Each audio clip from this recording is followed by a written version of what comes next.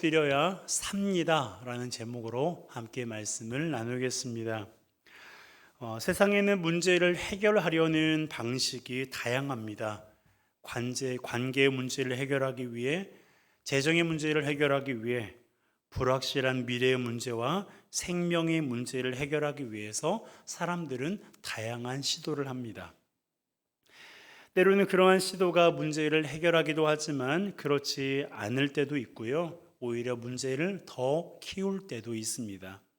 그렇다면 성경은 사람이 이러한 문제를 마주했을 때 어떻게 하라고 말씀하고 있을까요? 지난 주간에 우리는 온라인으로 QI파의 가정 예배를 드렸습니다. 이때 본문이 민수기였는데요. 가정 예배 때는 성경을 읽지 않고 드라마 바이블로 듣는데 성경 말씀을 입체적으로 들으니까 그 상황에 좀 더 몰입이 되는 것 같아 좋습니다.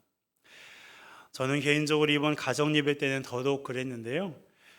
모세와 아론이 이스라엘 백성들을 이끌고 가나안으로 향하는 중에 여러 번 위기를 겪었어요. 그때마다 그들이 하나님 앞에 취했던 자세가 있었습니다. 그 자세가 어떤 자세예요? 바로 엎드린 자세예요. 그들이 그러한 모습이 어떻게 보면 굉장히 나약해 보이고 비굴해 보이기도 하지만 놀랍게도 그들이 엎드렸을 때 문제가 해결되는 것을 성경이 기록하고 있습니다. 그것이 가능했던 이유가 있는데요. 그 이유가 가장 중요한 거예요. 여러분, 그들이 엎드렸는데 그들이 엎드린 대상이 사람이 아니라 누구였을까요? 하나님이었어요. 사람에게 넙죽 엎드린 것이 아니라 하나님께 엎드렸다는 거예요. 다시 한번 말씀드립니다. 모세와 아론이 엎드린 대상은 사람이 아니라 하나님이십니다. 바로 이것이 엎드림의 핵심이고요.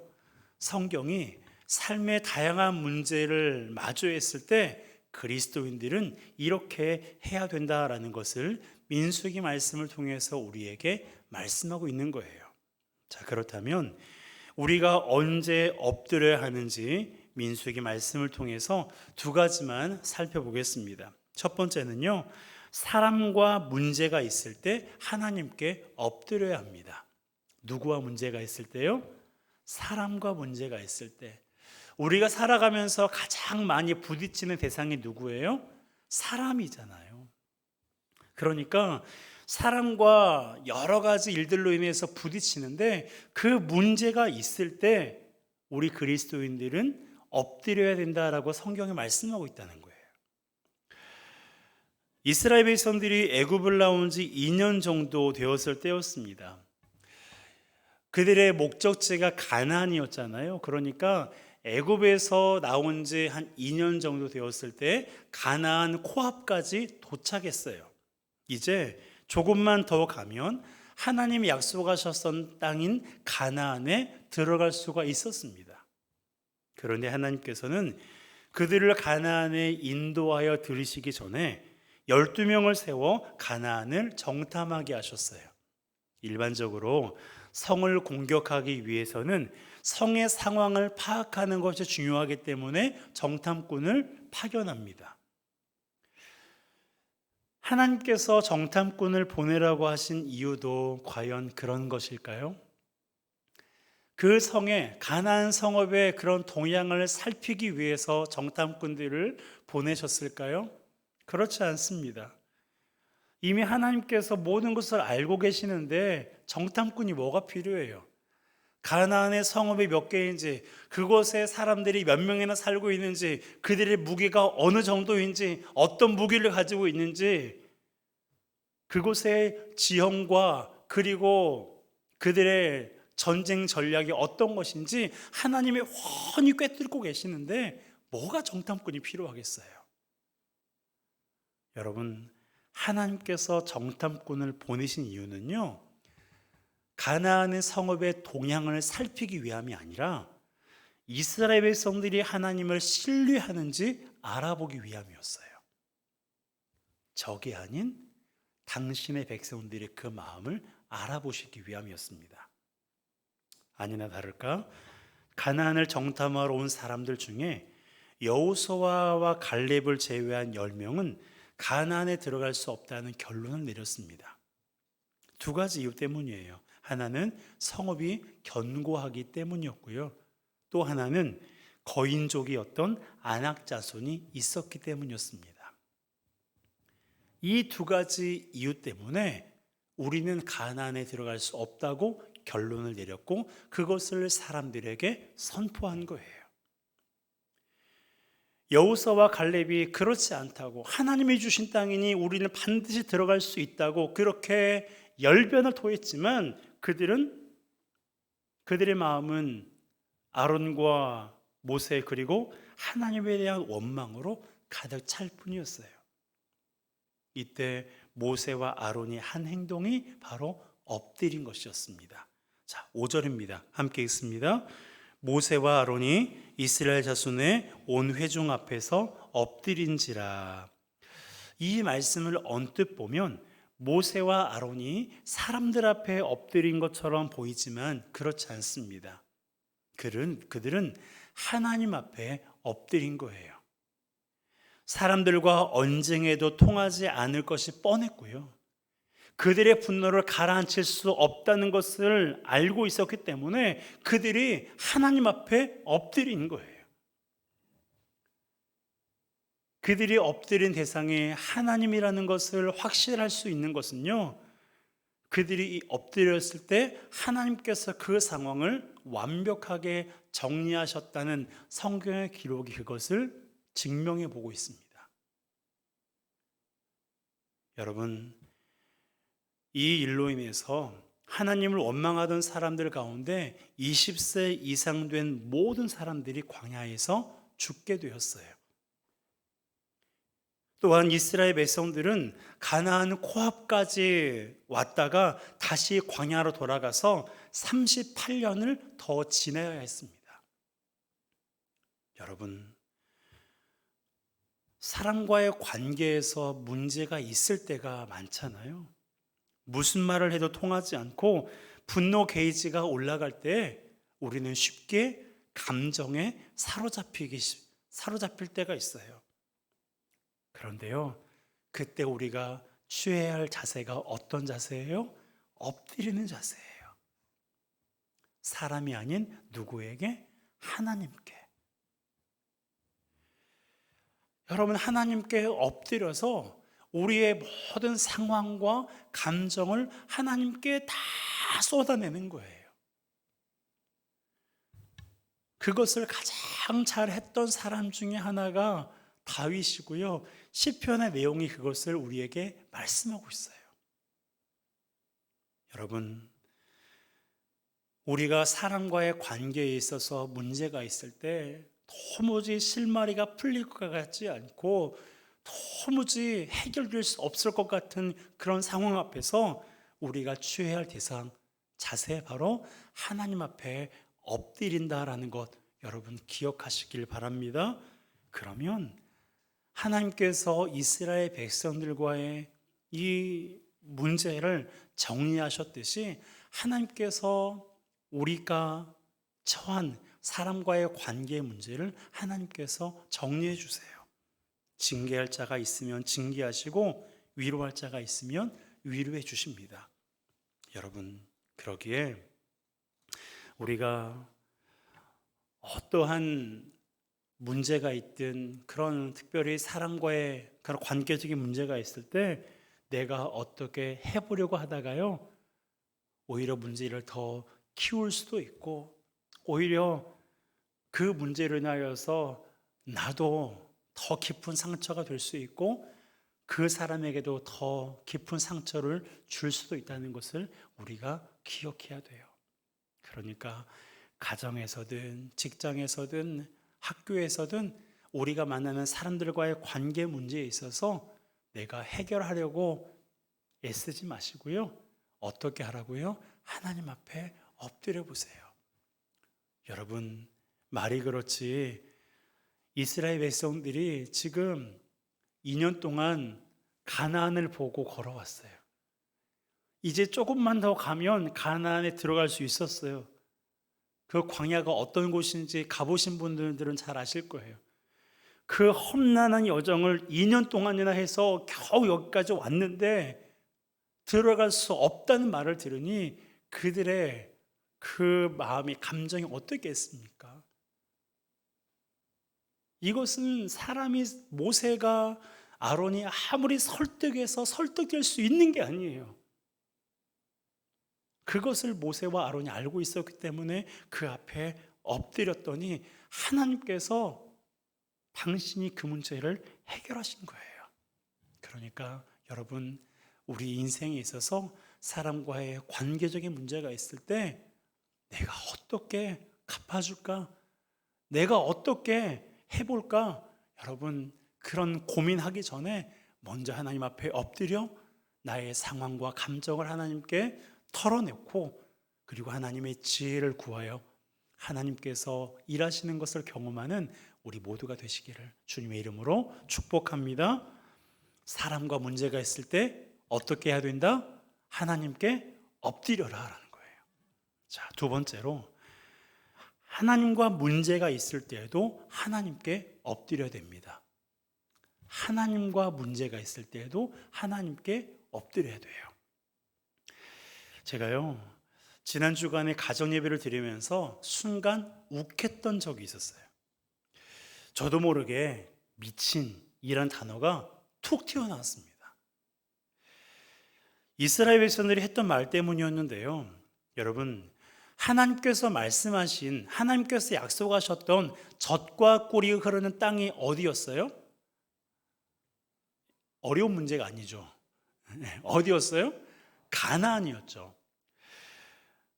하나님께서 가나안을 가리켜서 젖과 꿀이 흐르는 땅이라고 말씀하셨고, 그곳으로 이스라엘 백성들을 인도하기 위해서 애굽에서 그들을 구해내셨어요. 그런데 그들 중에 엘리압의 아들들이 모세의 영적 권위를 거스르면서 이런 말을 했습니다. 자, 민수기 16장 13절입니다. 함께 읽습니다. 네가 우리를 젖과 꿀이 흐르는 땅에서 이끌어내어 광야에서 죽이려 함이 어찌 작은 일이기에 오히려 스스로 우리 위에 왕이 되려 하느냐. 자, 보세요. 젖과 꿀이 흐르는 땅에서 어떻게 했다고 그들이 말했어요? 이끌어냈다라고 말하고 있습니다. 여러분, 하나님께서 이스라엘 백성들을 이끌어낸 곳이 어디예요? 가나안이 아니라 애굽이죠. 400년 동안 종살이를 하고 있던 그들을 애굽에서 이끌어내셨어요. 그런데 엘리압의 아들들이 뭐라고 말하고 있는 거예요? 그 애굽을 가리켜서 젖과 꿀이 흐르는 땅이라고 말하고 있는 거예요. 그러니 이걸 보면서 미친이라는 단어가 안 나와요. 열받았어요. 순간 욱했어요. 미친. 여러분, 정말로 미치지 않고서는요, 이렇게 말할 수가 없어요. 400년 동안을 자기들을 노예처럼 부려먹었던 애굽에서 기껏 나오게 해주었더니 이제 와서 그곳을 젖과 꿀이 흐르는 땅이라고 말하고 있는 거예요. 여러분, 말이 됩니까? 여러분, 이것은요, 단순히 모세와 아론에 대한 반항이 아니에요. 하나님에 대한 불신이고 배신입니다. 이것을 우리 삶 속에서 어떻게 적용할 수 있는 줄 아세요? 하나님께서 우리를 죄와 사망의 권세에서 구원하셔서 하나님의 자녀가 되게 하셨어요.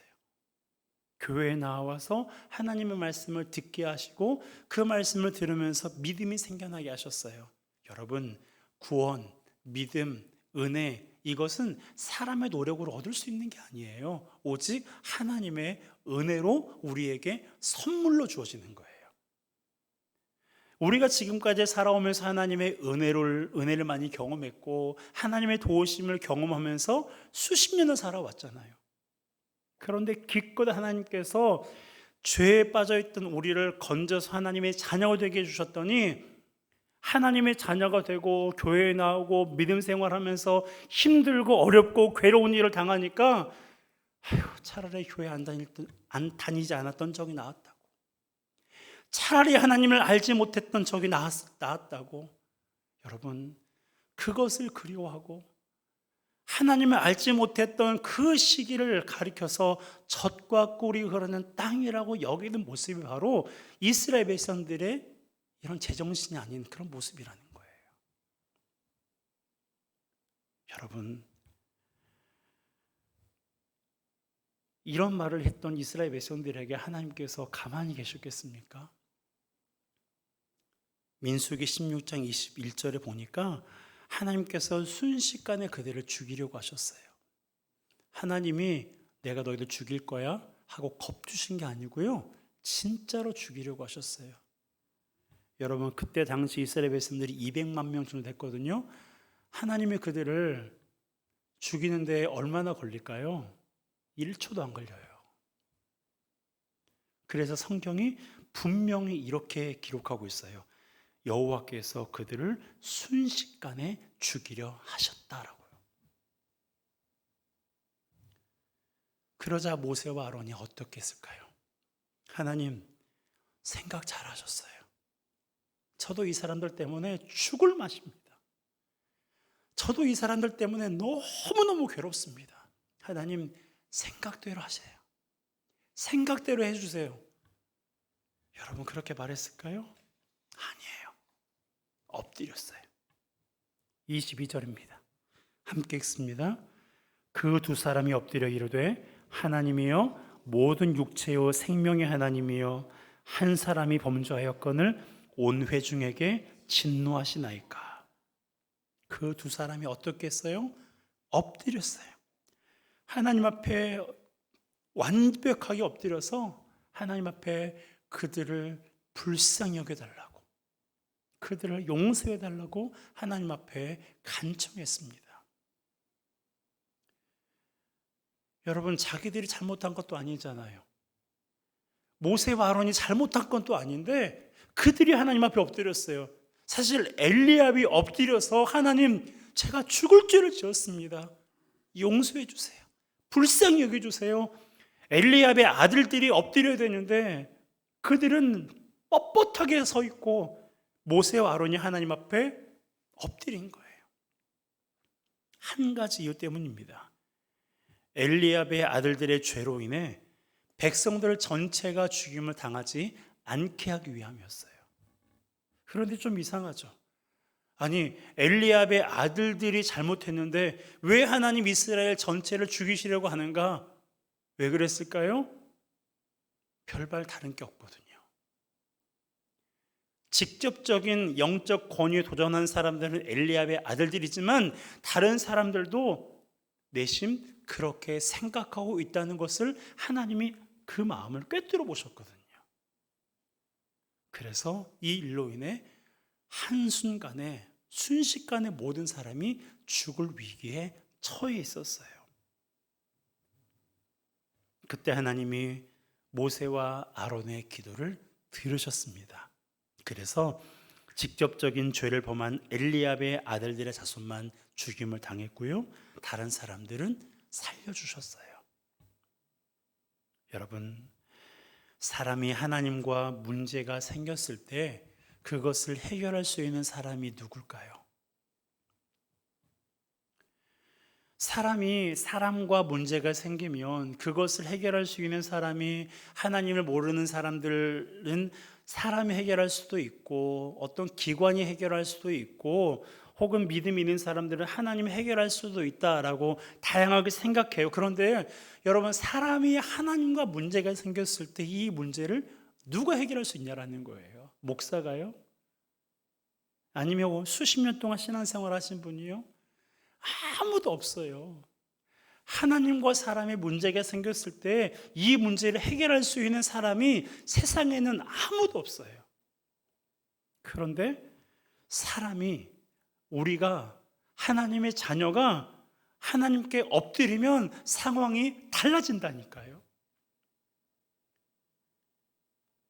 하나님께서 엎드린 사람을 불쌍히 여기시는 거예요.